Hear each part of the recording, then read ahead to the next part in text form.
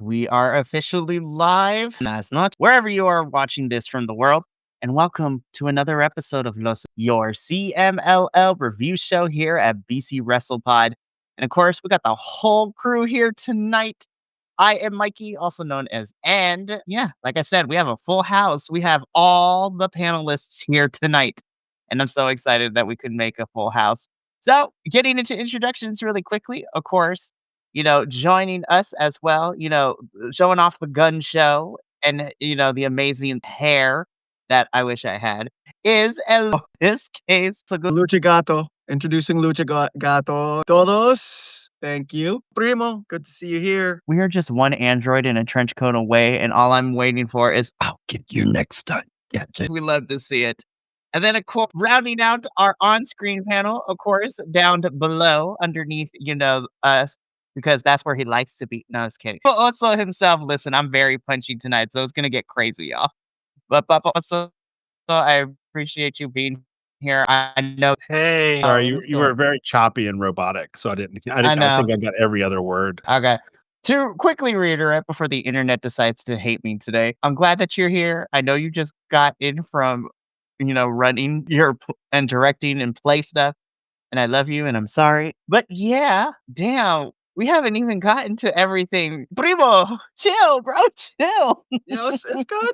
It's the A team. The A team's here tonight. So that's all that matters. Anyways, but of course, rounding out our panel is, of course, our Primo, the Lucha master himself, and who we will one day possibly hang out now that we know where he lives. Just kidding. But Angel Lo-Fi is in the building. Yeah, so this is going to be fun. This is a very self-contained show, but this is going to be kind of short, but not really, because the majority of our talking points are going to come in our main event. But before we get into all of that, really quickly, if you like what you see here and you want to see more of us, you can subscribe to our YouTube, follow us on Twitch or Kick, whatever your preferred platform of, video consumption is. But if you want to interact with us in a different way and on something that is a little less more self-contained, you can follow us on pretty much any social media site at BC WrestlePod, where you can interact with us, comment on our report cards, the previews of the shows, of what you're looking forward to, as well as some fun other stuff. Our stream schedules are up there. We do, drop everything for the week. We let you know what we're covering in terms of pay-per-views and watch-alongs for the whole entire month. It is a great time. And we also have some merchandise available at our shop at bcwrestlepodshop.fourthwall.com. We are just 2 days out from the end of our spoopy collection, but then we are getting into one of my personal favorite collections dropping November 1st, which is our Dia de los Muertos collection, coming very soon. I love the design. It is, Dia de los Muertos memorabilia mixed into the art style of Salvador Dali. So any of you who are very familiar with your Latin artist, it is a very surrealistic approach to things, and I love it. So you can get that and all types of other merch at bcwrestlepodshop.fourthwall.com. And we also have our little coffee bot who will be popping up ever so often. If you feel inclined to donate to us to keep the metaphorical and sometimes physical lights on, as well as pay for a lot of these pay-per-views, y'all, because it is trying times here, but we do what we can. So we appreciate anything that you can throw at us. So without further ado, let's get into it. We're here to cover the Amazona Grand Prix. We had a 4-match card. So we're going to get into the 3 matches that kind of led us into the Grand Prix, and then we're going to talk about all the women's action. Let's get into this. So, of course, kicking things off for us, we get a relevo sent out. So 1 fall for those of you who keep track at home. And on one side, we have, of course, our Dragon Folk, who we love very dearly. Dragon de Fuego, taking on the team of, and of course, my biased favorite, Utani. Love seeing him more on. This was fun. I really, really enjoyed it. I really hope that we get to see, kind of push. The Dragons came out of nowhere the second half of this year. And I love that we got to see them more. And you know what? Same thing with Utani. I love seeing these two more and more on my screen. I had fun with this match. And again, what do we say every time we talk about opening matches here at CMLL? They make or break the energy of the show. And this was a fun one. I had a fun time with this one. It was great. I'll come to you first. Opening match up for the Amazona Grand Prix. How'd you feel about this tag team match? Yeah, I believe I think it set the pace really well. The pop that Los Dragones, if you that they got was really big.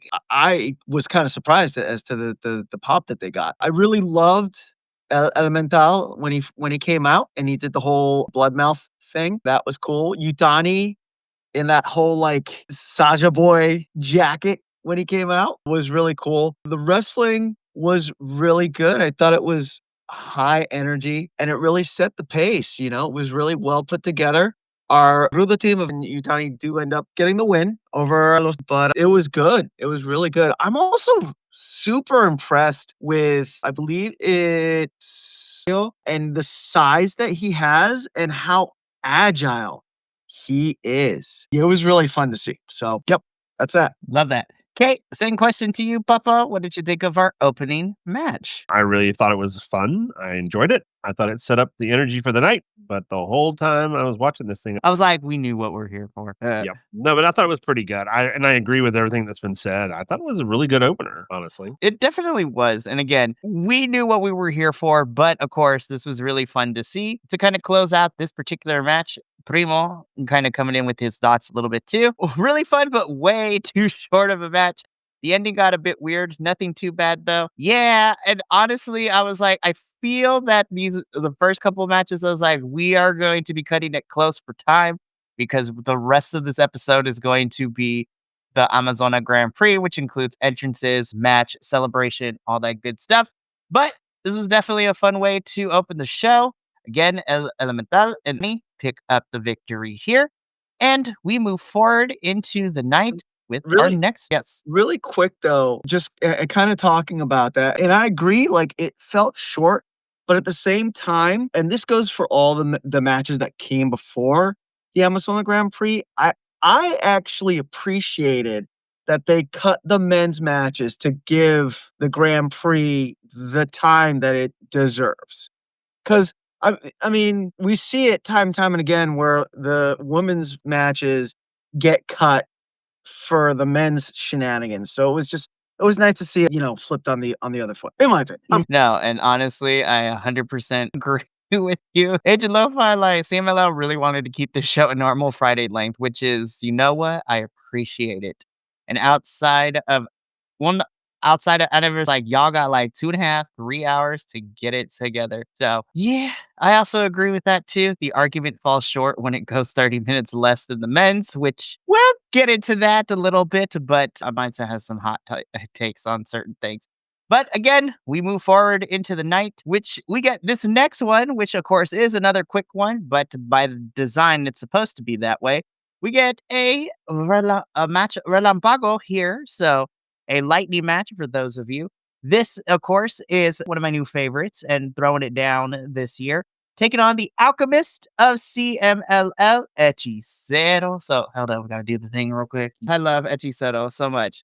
I also watched a little bit of Dynamite before I got on here, and guys, especially, you might get a kick out of this. The homoerotic paintings of the Don Callis family are back. This time, everybody was shirtless and covered in loincloths, and I will never unsee Hechicero's sexiness again. Anyways, but to this actual match, that perked up Papa real quick. I'm just kidding. No, but this was a fun one. I missed that. What? We'll talk afterwards, and I'll explain it. No, so this was a Relampago match. This was 10-minute time limit. You win by pinning or submitting your opponent for this. This was a lot of fun. But because it was a Relampago match, I knew I was not going to get a full-length match between these two. And this is one where a lot of people have been wanting this match. And we got it in Relampago. But I am with Primo here because I love the match. But darn it, 7 minutes was absolutely not enough for these two. And I'm just like, I need more. And then he also puts out that we should probably watch their Rev Pro Fantastica Mania match or Lucha Mimis match. I mean, I have Rev Pro, so we might be logging in to watch all of that. I was like, 7 minutes was not enough, but I had a fun time with this one. Hechicero does walk away with the dub here, as the kids say. Papa Oso, we're going to switch things up. Come to you. What did you think of this Relampago match? One of your sort of like lower status, whatever that, I don't know what the hierarchy is, but your newbies or your folks that haven't been there that long. If you want to do a 7-minute match, then put those guys in the ring. Let's watch them do some stuff. But I just thought I thought 7 minutes was almost, it's kind of a waste, honestly. So, but anyway, I enjoyed the match. I really wanted more of it. It's like, give me more. Leave. No, I agree with you. And I feel like that's the sentiment. What did you think of this one? I'll be happy if they run it back and give them a full match because they wrestled fantastically. The counters that each had for each other was, dare I say, artistic. Yeah, 7 minutes, definitely not enough. I definitely would love to see them run it back and give them, a full, however, 15 minutes or whatever to do the thing. Cause it was really good, Yeah. And yeah, I totally get what Primo's saying that Xiaohua is low on the CMLL pecking order, unfortunately, but hopefully seeing it with Hechicero, maybe it might like kind of bring up his stock. I mean, the whole Pueblano team is ridiculously good. But that's neither here nor there. Yeah. And honestly, you know what? I will not complain about it either. I do hope they run it back because that would be awesome. But again, for what we got, this was a lot of fun. And honestly, I kind of want to see more of going into 2026. But yeah, that's just me. So again, picks up the victory in this Relampago match. And we then get into the semi main event of the evening, which I was like, hold up, we already here? But then I'm like, wait, no, never mind. I was like, I know what's closing out the show. But we do get our semi-main event, which is a relevo a dos, so 2 out of 3 falls. And this, of course, is in this one. I had a blast. And then I was just like, oh, Mascara Dorada has hair when he got demasked. I was like, I forgot about that. Yeah, I'm like, I can take Titan and Mascara as a team any day because I love them so much. This was fun. And I honestly think this was a really fun way to set up the energy leading into our main event. But El, what did you think of this particular semi-main event? Well, so I need to answer your question with a question of my own. Who wore it better, Barbaro Cabenario or Filthy Tom Lawler? I cannot. Just saying. It was a fun match. I dug it. Barbaro was really raw in this one, in a way that I haven't seen in a while before. I loved reversal when he was going for his plancha and Tom came out of nowhere and head scissored him over the rope. That was really cool. We all want to see more Defunto. He definitely felt like he was a more afterthought in this. It felt like, to me, they might be building some sort of Mascara Barbaro Cabana thing, especially with the way that the match ended, where our technical team did end up with the win, but that's because, Barbaro does end up, first not stopping when Guero Noriega told him to stop and then masked at the end there. So, yeah, but I didn't mind it. I didn't mind it. Okay. Baba Oso, we come to you next as well. So same question to you. How did we feel about this particular matchup? I dug it. I thought it was cool. I did not get anything super oh my God out of it, but I enjoyed it. Barbaro Cavan, he is growing on me every single time. I remember when I was first introduced to him, I was just sort of okay, whatever. But now every time I see him, he just grows on me more and more every time I watch him. And of course, I love Defunto, but I agree I think he's kind of oh, we just need another guy here. It's he was just sort of in the background mostly. And there wasn't, so I wonder if there is something coming between Mascara and Barbaro. I wondered that too. I was because it really kind of felt he was kind of on the fringes as well. I mean, I think he was a little more active than Defunto was, but not as much as I would have expected him to be. Yep. It was all over the place. And then I guess Titan and Defunto were just sort of the sprinkles on top of the sundae. Yep. But I don't know. I enjoyed it. I thought it was good. I mean, I enjoy these 4 guys when they wrestle. But again, I guess I didn't really understand or know what the purpose of this match was. Yeah, I'm sorry. It didn't feel like it had a through line. No, and I think you're kind of on the same line as what Primo has said about this match, is that this was disappointing. Cool that it's setting up something, but not much for the match itself. And I think kind of like what you were saying, but like it was really Mascara and Barbaro who had some substance in terms of like, oh, it's setting up something for them. And then Difunto and Titan, while they're so good and I love them, they felt like the garnishment to whatever Mascara Dorada and Bob doing. So I was like, okay. But again, this was a lot of fun. I love these four individually, but it's one of those things where I say this in the other reviews. This match is a vehicle to something else later down the line, and not necessarily all the time that's a bad thing. I had a fun time with this one, but I do see where Primo and everybody else is coming from too. All right, kids, ladies and gentlemen, and non binary folks of the internet land, strap yourselves in because now it is time to talk about the main event. Oh my God, this picture is sexy, y'all. Like, you can, like, first of all, we're going to give one of these to everybody involved in this match. You're going to get one of these. You're going to get one of these. But we get into the main event, which of course is the 2025 CMLL Amazona Grand Prix. So, let's get into this, shall we? Because this was a lot of people. So we're going to start with Team World as they were the ones who came in first. So representing Team World, and I'm going to quickly go through the companies that they are with as well, representing in this match. And we're going to try to knock it out all of it. So representing AEW specifically, we have the Toxic Spider Tekla, Julia Hart, Sky Blue, and Mina.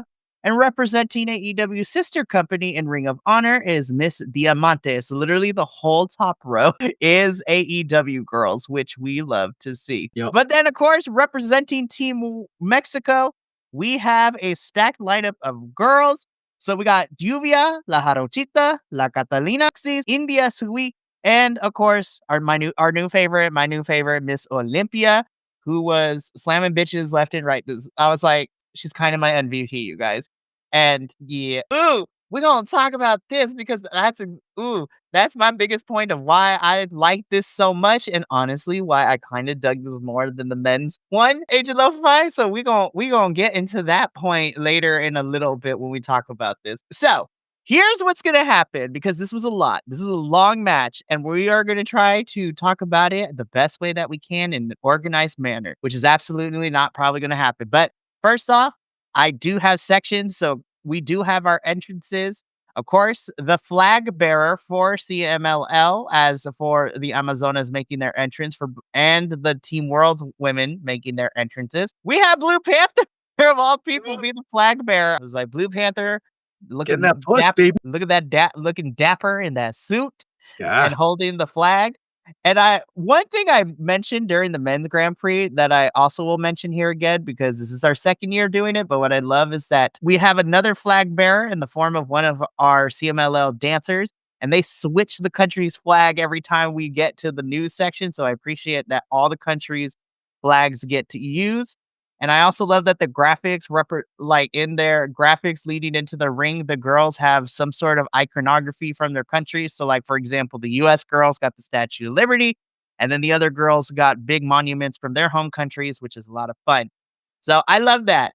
But guys, gentlemen, can we talk about Team Mexico's outfits? Oh my God. I'm biased as hell, but like Scotty, girl, you have my favorite outfit. I was like, yes. I was like, give me Frida Kahlo realness. I loved it. It was fantastic. Also, I need all those sombreros. Like, where can I get one? Right. Those sombreros were cool, but I'm gonna be honest, probably my favorite thing. Where can I get that mask? That shit was amazing. Yeah, that was some straight up Mad Max and Morton Joe stuff going on, and it was I was here for it. Yeah, the outfits and the ring gear of the Amazonas from Mexico, it was I got so much serotonin and happy feelings seeing that they were able to incorporate different parts of like their ethnic or their home outfits in with their ring gear, like you said, Scotty, she had that whole thing going. La Catalina had that like gaucho thing going. I believe it was Juvia. She had a whole like flip mariachi thing going. Yeah, they were gorgeous. They were all gorgeous. The like flowers and roses on that were embroidered. Oh god, yeah. It was so good, so good. And I also really enjoyed that on the world team, each member had like their little flag on their somewhere on their outfits. So, Mhm. like, to show pride. So I that was really cool. Yeah, I love we literally Miss Universed ourselves here because I was like, "Oh, we're getting the parade of entrants and their outfits," and I loved it. Of course, we had all the women in the ring as we did the Mexican national anthem, and everybody was there. And then, like celebrity death match, let's get it on because the bell rings, and then we finally get started with the Amazona Grand Prix. The crowd was erupting. Of course, like the men's Grand Prix, we started off with everybody getting in their stuff and having moments before elimination started. So, well, we're going to do this in chunks because I feel that this was a match for me. I could break it down into three parts, and we're going to try to talk about these three parts. So, I am going to get through the first bit of people, then the next bit, and then we will get into our finals. And then Primo, I will highlight your comment in a little bit. So again, everybody was in this match. Everyone got their stuff in. We had a little bit of face-offs, and then elimination happened. So let's start off with the first chunk of elimination. So eliminated by Olympia, and first out is Koguma. Then Kanji gets eliminated. Hazuki then gets eliminated right after that. So it's not looking good for Team World. Finally, India gets eliminated, and then big ol' listen, it was a feat for the eyes. Miss Scotty gets eliminated, and I was just like, "Mina Shirakawa, I did not know that was your gang girl." But I was like, "Mina, do not play," and I love her. So let's start. Let's talk about these first 5 eliminations because I got beat. This is the only nitpick I have about this match. I was so bummed to see the majority of our both Stardom girls. I was a little disappointed to see both Stardom girls get eliminated. I'm really disappointed to see our only UK representative, Kanji. She didn't really get to do much either. They got eliminated so quick, and that I was disappointed. I'm like, no, not my Stardom girls. But Mina and Shoko, you do make up for it a little bit later, which we'll talk about. But yeah, damn, Scotty, I was just like, Mina knocked you the fuck out. Holy hell, Mina Shirakawa. I was like, Mina, just you get one of these. So, Tador, how did you feel about the first couple of eliminations? Because basically all the Japanese girls were pretty much almost eliminated in this first third. Yeah, so okay, so let's talk about the first third of the Grand Prix. I thought everyone brought great energy. The Stardom girls really looked like they were having a lot of fun. And also Kanji looked like she was having a lot of fun. As a matter of fact, there was when she was in there with who was it? Lahara. It was right before Kanji got eliminated. She missed an arm drag, and I could have sworn like she was laughing, and the camera like caught her laughing. I might have, I might have misread that, but it just they all looked like they were having so much fun. Those Stardom girls were selling those power bombs from Olympia like, my God. Listen, Olympia was putting in work in this whole entire thing, and I was Yo. just like, oh Lord.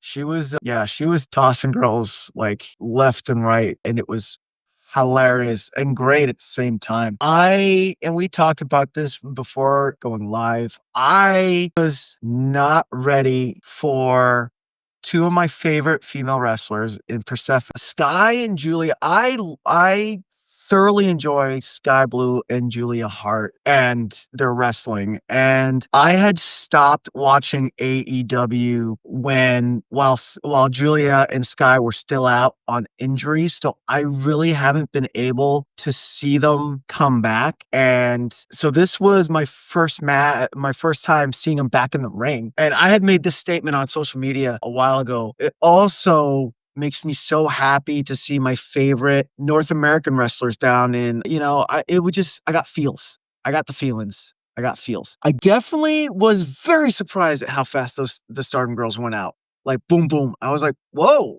and how fast the international team just like went down before India got eliminated. So that was very surprising to me. Mina Shirakawa thinking that I believe she eliminated Scotty with that like leg lock. Yeah, yo, like I know she does that "Everybody loves Mina," but, like, I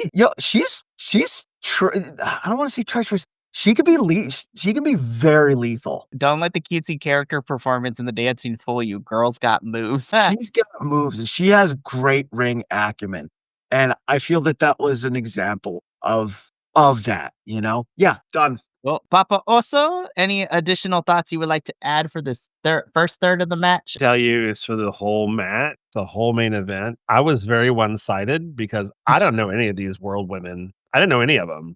Very So fair, I was 100% team Mexico, and I was like, "All right, girls, kick their asses." which is very, very fair. I will say though, I love the Grand Prix because I think this is really fun to introduce not only us, but to people who are just tuning into CMLL to get to see talent from other companies that they don't necessarily get to see. Now, of course, El Buntador, myself, and Adolfo, we are very biased, especially when it comes to, our AEW girls, our ROH girl, our Stardom girls, and of course, our MLW girls. And I'm biased to my Progress and Rev Pro because me and Andrew cover the UK wrestling scene. So we are all familiar more with them and it was a great time. But yeah, the first third, I was just like, not the Stardom girls. And yeah, Primo bringing up that we officially got the announcement of Stardom and CMLL doing a partnership, and then immediately the Stardom girls get punked and lose. Like get eliminated so quick. But I am excited to see more of the But the Stardom Stardom girls. alumni lasted. Very, very true. The And I Stardom am happy. alumni lasted. That is very, very true. And I am excited though, because that means we're going to get more Stardom girls popping up in Mexico, which makes me extremely happy and excited. And we also get to see the CMLL girls go on over to Japan as well. No, Primo, I kind of agree. I caught bits and pieces, but the Triangle of Madness match on was a lot of fun with the Triangle of Madness of Tekla, Sky, and Julia. So let's get back into this. So now we're going to get into the second half where things started picking up and we kind of started eliminating, quote unquote, some heavy hitters from both sides of the team. So again, Mina ends up, eliminating Scotty. So that's the end of the first third. Then immediately jumping into the second third, Olympia kills Diamante and eliminates her. I was like, damn, she died. Only like those power bombs, Nicholas. Girl, I'm excited to see her match against Mercedes Monet this Saturday on Collision for the CMLL Women's Championship. Like that match going. Yo, That- like That's we'll talk about it later. Go ahead. Keep going. I'm sorry. okay. But Olympia then immediately gets eliminated by Sky Blue of all people. Then listen, this little lockup and sequence from Isis was a lot of fun to watch. Reina Isis unfortunately gets eliminated by Tekla. And then Lena plays spoiler for me because then she eliminates the biggest kaiju in Shoko Inaka. And then Julia Hart turns around and eliminates Juvia from this match. So we get some heavy hitters from Team Mexico and, girls from Team World who were putting in the work after they got the first three people lost on their team out. We saw a lot of speed, especially from Miss Shoko running around and jumping all over the place. I'm biased. I love Shoko Nakajima so much, but I was very sad when the biggest kaiju got eliminated. I was about to say, can we give our biggest kaiju the flowers and props that she deserves? I mean, she went up against Olympia and she was just like big kaiju rawr, and it was fantastic. So This second third is where things started picking up in speed because the girls were being eliminated left and right. And by the end of the second third, we then ended up with a 4-on-4. So we had 4 of Team Mexico left and then 4 of Team World left at this point. But there was a lot of fun stuff. Olympia murdering Diamante on my screen was very funny. I really love Tekla Reina little exchange before Tekla eliminates her. And again, like I said, it was also at this point of the match too. Tekla sees the president of Stardom and anybody who has been following Stardom in storyline purposes. She literally attacked the Stardom president and she got fired from the company. And that's why she left. And she's going to antagonize him every chance she gets. And it is amazing. But this was a fun third. Papa, also, what did you think about the second third of this match where we saw a couple heavy hitters from both sides get eliminated? Well, I mean, we knew it was going to happen. So I wasn't necessarily shocked when the heavy hitters were kind of getting, because I mean, you kind of had to, and Would I have preferred they stood around to the end? Absolutely. But and when it comes to these types of events, I mean, your favorite girl is gonna or guy is gonna get eliminated at some point. So it's like, and I will say again, I was very one-sided during this. So every time Team Mexico lost someone, I think Team World cheated. There's no way that Team World no way. Oh yeah, I was incomplete. Denial is a river. It's a state that I live in. So yeah, so I was very much like, why? Okay, I understand why, but still, they could have hung around for a little while longer. But That is very, very fair. But now let's get into this final third because this is where speed round truly comes in. So again, entering this final third, we have a 4-on-4, 4 of Team Mexico left, then 4 of Team World. But then things get wild because we literally just start going hard mode where everyone's getting eliminated left and right. So Lena, with a valiant effort, unfortunately gets eliminated by Mina. And then Mina proceeds to get eliminated by our homegirl, Persephone. So Persephone was kind of biding her time. She was out here doing things towards the first half of the match. And then it was crunch time and she put in the work. After Mina getting eliminated, because we were down to 3-on-3, La Jarochita ends up getting eliminated by Tekla, who's been putting in work for Team World as well. This is the time. And then the hits keep coming because then Julia gets eliminated by Zeuxis. Zeuxis gets a surprise eliminated by Sky Blue of all people, which was crazy to watch. I'm not even going front. Then it became a 2-on-1. The odds were not stacked in Persephone's favor, but she pulled through. She eliminated Sky. And then her and Tekla were the last two standing on representing their teams. They went back and forth, Tekla having near falls, Persephone having near falls, and it could have gone any way. But the hero of the story, the heroine, our girl pulling out I don't want to call it a moonsault, but literally it was a moonsault, which I was like, girl, I don't see you doing that often. Let's go. Persephone doing a moonsault off the top turnbuckle onto Tekla for the 3 count. Also, shout out to Aubrey for being the ref in the middle of this ring, as well as La Vaquerita and all of our women refs in this match because they were all fantastic. Yeah. But 1, 2, 3, your winner not only is it Team Mexico, but last woman standing is our girl who wins it for Team Mexico. And 2025 goes to Team Mexico. Oh, this was so much fun to watch. And I was like, yes, Persephone, get a girl.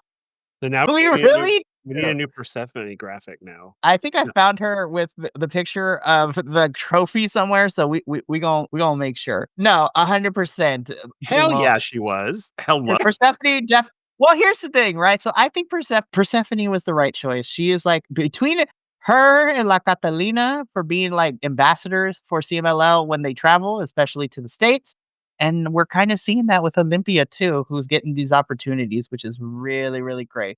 But no, I think not to say that she wasn't before, but winning for Team Mexico in this definitely has cemented Persephone at the top of the card. I 100% agree with you, Primo, on that one. For sure. He's also calling it right now as well. Team World is most definitely going to get a win next year. So either the men's teams or the women's team are going to win it for Team Worlds because, this year, both teams ended up winning the Grand Prix. The women won it for Team Mexico. So next year, I'm interested to see whether the men or the women of Team World are able to take the victory from Team Mexico, which we saw last year because Claudio took it for the men's Grand Prix last year. So, but again, Persephone wins it for Team Mexico. She is the last woman standing. This was a crazy final third.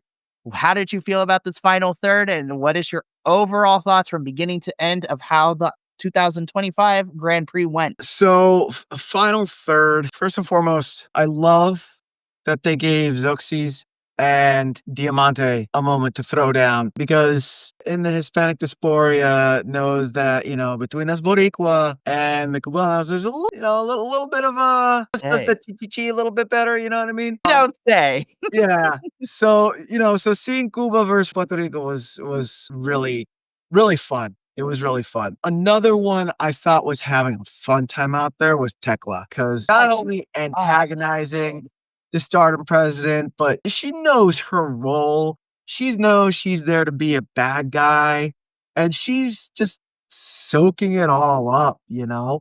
And we know that there is a human underneath because when she got fired from Stardom in that match on the way up, she was crying. She was holding back the tears, but she was actively crying while still like trying to, convey this, this ruda role. But she was very moved that, she was leaving Stardom. So she looked like she was having fun. It was great to see. Tekla is definitely one of my 2025 new wrestlers that I've come to really enjoy watching. So to see her and Persephone at the end was really great. I loved seeing again Sky, love seeing that she made it to the end, and also if they are still together, I haven't been on social media, so I'm not 100%, but Kyle Fletcher and Sky Blue both been in the just saying. But yeah, overall, it was great. Even if you don't watch Lucha, you should definitely watch this. It was definitely it was fantastic. It was great. Great women's wrestling. If you're a fan of women's wrestling, you definitely need to check this out because this is gonna check all the boxes for you. We got mat tacticians, we got brute strength, raw brawling, underhand shenanigans. It was great. I 100% agree with you right there. Papa Oso, of course, as the leader of the women's wrestling syndicate, especially here in CMLL, the Amazonas like number one and the presidente of the fan club. How did you feel, of course, about Team Mexico winning, but what is your overall thoughts about this year's Amazona Grand Prix? So again, I was very one-sided because I didn't know any of the world representatives. However, watching it, I have a high respect for them. Like I said, I've never seen any of these women wrestle on Team World. When I was watching it, I was like, who are these people? Who are they? And it's really hard for me to understand someone when I've never seen their work, when I have no context.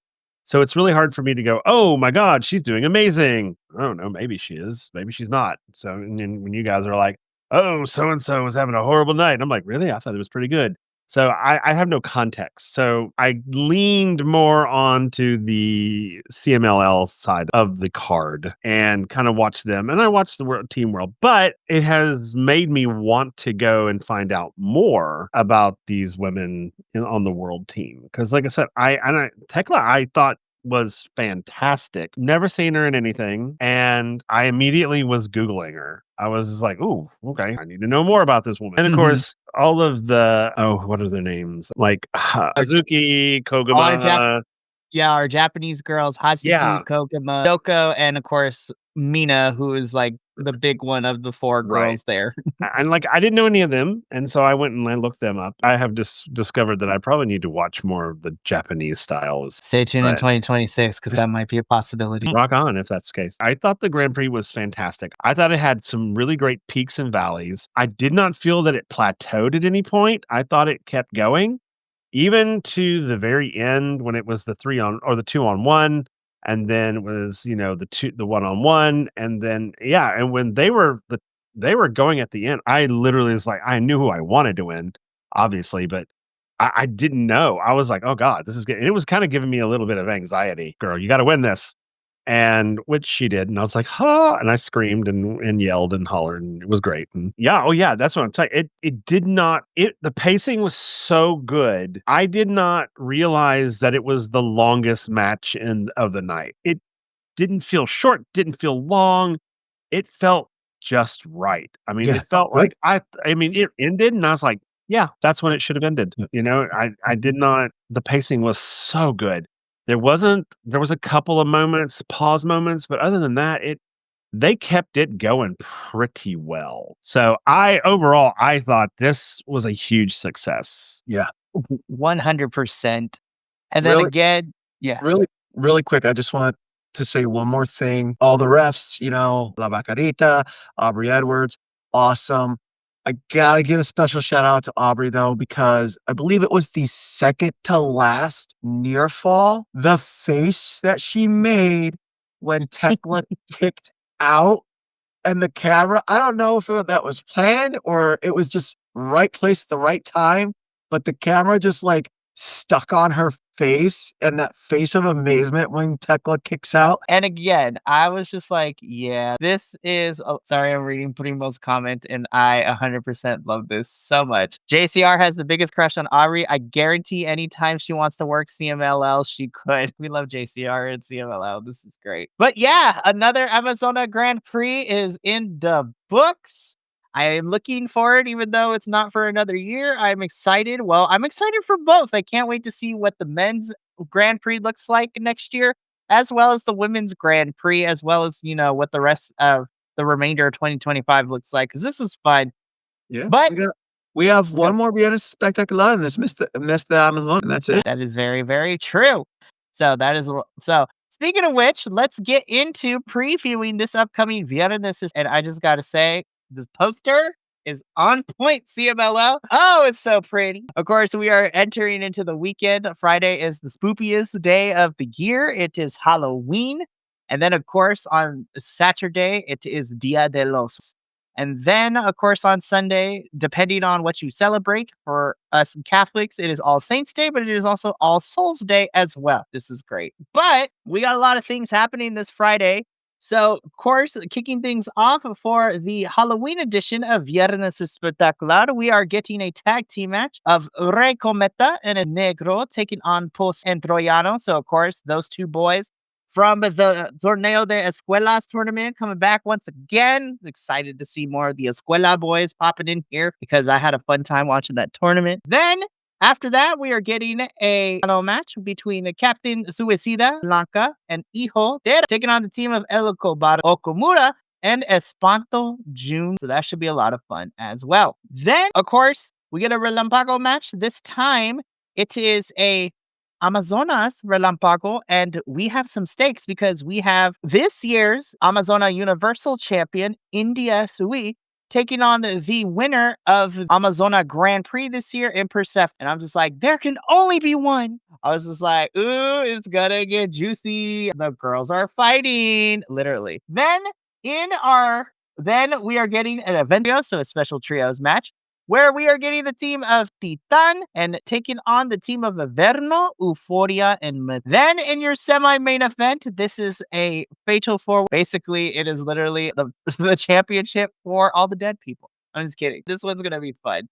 But we are getting Guerrero Mayo Jr. versus Defunto, who is the current champion in this whole entire thing, versus Vila Jr. And then new to me, unless I am told otherwise, is Ben. I'm like, ooh, he knew. And I kind of dig this look and this mask. So I can't wait to see that. And then, of course, in our main event, in our Relevos Australianos, it is Sky Team, which is Místico, Máscara Dorada, and Neo, taking on the team of Hechicero, Junior, and Dio. So back to a typical, we're about to see some flying in the main event. So that is this Friday's episode of just in time for the spooky season of Halloween, or All Hallows Eve, if y'all is going to be great. So this is going to be a lot of fun. Ooh, Age of Lo-Fi coming in. Adrenalina is the GDL rep and mostly works those shows. I'm excited to see Adrenalina because he is new to me, and I love getting more biases and becoming more fans of new people. So they are great. But that is it for the review portion. But I do have some quick things to talk about in terms of noticias. And it's mostly just to review. There was a lot of CMLL action over this past weekend. And Adolfo and I, and a little bit of we got to watch a couple of this. So really quickly, the noticias, there was a lot of CMLL present in MLW Symphony of Horrors show, which was this past Saturday. And so we're going to quickly go through it because I don't want to spend too much time on it as we did it during the live watch along. But we had a lot of things. Of course, we had our MLW National Openweight Championship match. This was Blue Panther defending his title against Atlantis. And Ido, who has been a hot minute since I saw him. This was a little bit of a weird pair-up, but this was a lot of fun. Blue Panther was way over, of course, but this crowd was in, Long Beach, California / Los Angeles, and the Californians love them some Blue Panther and all Lucha Libre. So Blue Panther retained his National Openweight Championship. This was a fun match. We also had some CMLL boys in this five-way scramble match, of course, representing CMLL. It was Magnus and Stigma and, of course, Okumura. This was a lot of fun. This was fun. Diego Hill ends up winning, who give it a year. I hope he comes down to Arena Mexico because I would love to see him fight some people down there. And what is going to be probably bye Primo. Thank you for sticking with us. Probably my favorite match of Symphony of Horrors, Templario versus Virus for the MLW Middleweight Championship. It was like watching a match just on YouTube, and it was a lot of fun. And in the States, Templario retains his championship, but this was probably my favorite match of the entire night. And then we get into our 2 Opera Cup semifinal matches. Volador Jr., who is still rocking the Negaverse version of himself, does defeat Japanese legend Satoshi Kojima thanks to the help of Rugido and Magnus running interference. And then, of course, Primo, who unfortunately had to go, is still going to watch MLW with us because, spoiler alert, Místico did beat Austin Aries. So the finals for the Opera Cup, which is happening in November, it's Místico versus Volador Jr. And I'm just like, I'm so ready. It should be a really fun match, and I can't wait to do that. But yeah, that is all the noticias I have for this week's CMLL. So that is going to be it for us tonight. Really quickly, before we sign off for the evening, we do have a lot of things still coming up.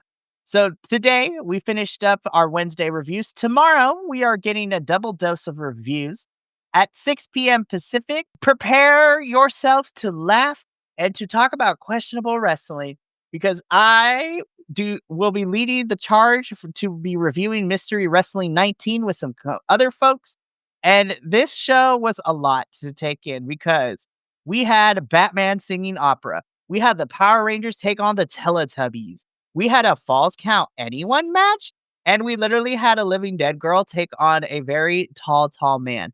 It was a lot of fun. And if you want to know what that is all about, tune in to our review of Mystery Wrestling 19 tomorrow at 6 p.m. Pacific.